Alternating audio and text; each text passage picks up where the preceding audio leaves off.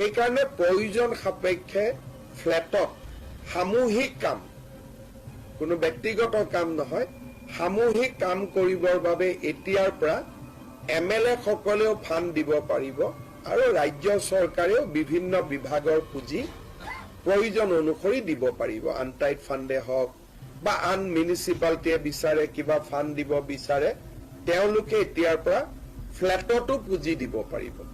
আগতে আমি গাঁৱত দিওঁ, নামঘৰত দিওঁ, মন্দিৰত দিওঁ, ৰাস্তাত দিওঁ, কিন্তু ফ্লেটত আমি কোনো সহায় নকৰোঁ। এতিয়া আমি ফ্লেটত সহায় কৰিব পাৰিম। দুটা কণ্ডিশ্যন: ফ্লেটটো বিল্ডাৰৰ অধীনত থাকিব নালাগিব, ফ্লেটটো ছ'চাইটিৰ অধীনত থাকিব লাগিব।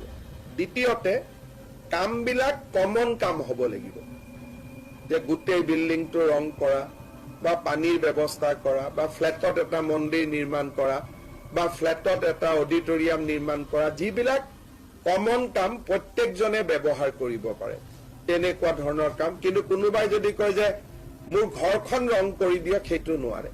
কিন্তু ফ্লেটৰ বাহিৰটো ৰং কৰিব লাগে, তাত চৰকাৰে ইচ্ছা কৰিলে সহায় কৰিব পাৰিব।